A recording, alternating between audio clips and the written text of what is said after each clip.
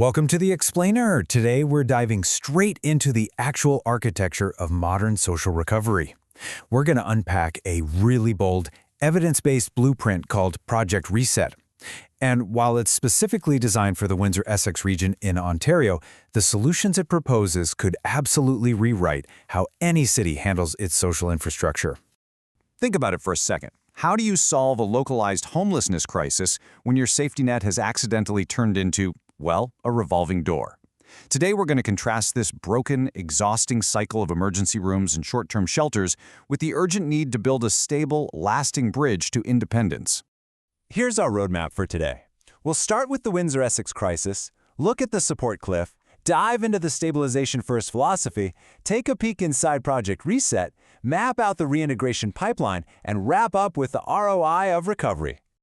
All right, part one, the Windsor-Essex crisis. The scale of this problem is just staggering. Back in 2021, the local point-in-time homeless count sat at 251 individuals. But by the fall of 2024, that number skyrocketed to 672. Short-term shelters built for that 2021 baseline simply can't absorb this massive surge. The system isn't just strained, it is structurally overwhelmed.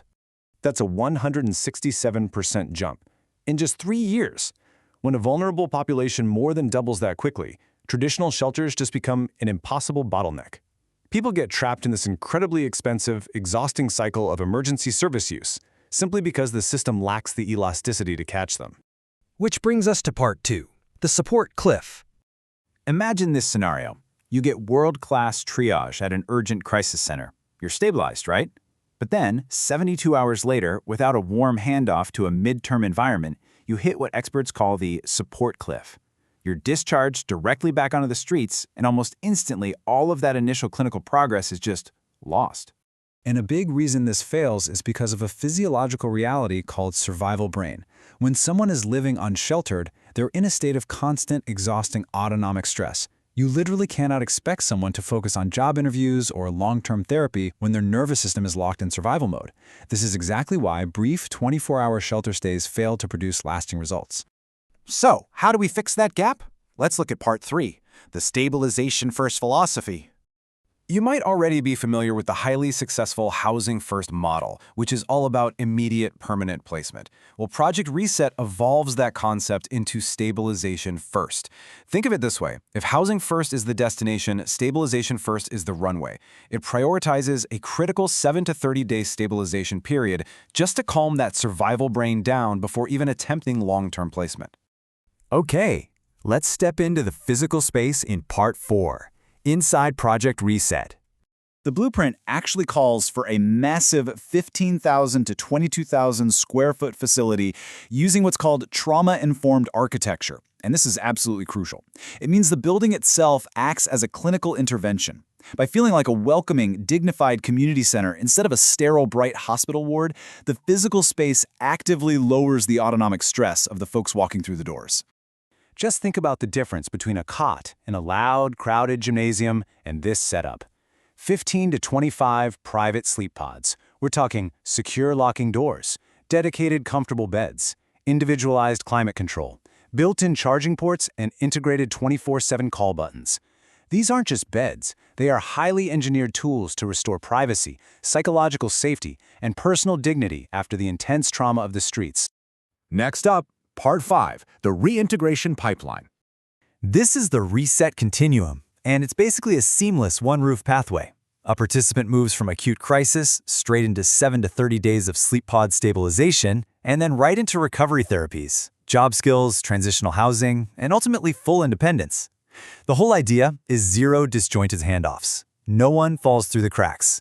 And here's a really clever local angle. Because Windsor is such a major industrial hub, Project Reset is designed to pipeline participants directly into the auto and manufacturing sectors. They're actually teaching the exact technical skills that local industries are desperate for. The genius here is transforming what the city currently views as a social cost into a truly resilient labor asset. Finally, let's talk accountability and numbers in Part 6, the ROI of recovery. So, Project Reset proposes a year-one operating budget of 3.8 million Canadian dollars. But notice the priority here. Over 60% of that budget goes directly into human capital. That means funding the multidisciplinary and peer-led teams that are required to actively disrupt the trajectory of chronic homelessness. And here's why that $3.8 million is actually a massive cost offset. By stabilizing people in a dedicated hub, the model projects a 40 to 70% reduction in EMS calls, ER visits, and police interventions. Let's be real. Right now, managing homelessness through police and hospitals is pretty much the most expensive way you could possibly handle it. And the historical data from similar evidence-based models totally backs this up. It shows that up to 85% of participants will actually remain stably housed after 2 years. That's a huge success rate. So the logic here is pretty undeniable. The current system we have is reactive, it relies on incredibly high-cost emergency triage, and honestly, it's just fiscally unsustainable. Project Reset, on the other hand, is proactive. It generates up to a 70% fiscal ROI offset and actually creates new labor assets. Every dollar invested here is a dollar diverted from expensive crisis management.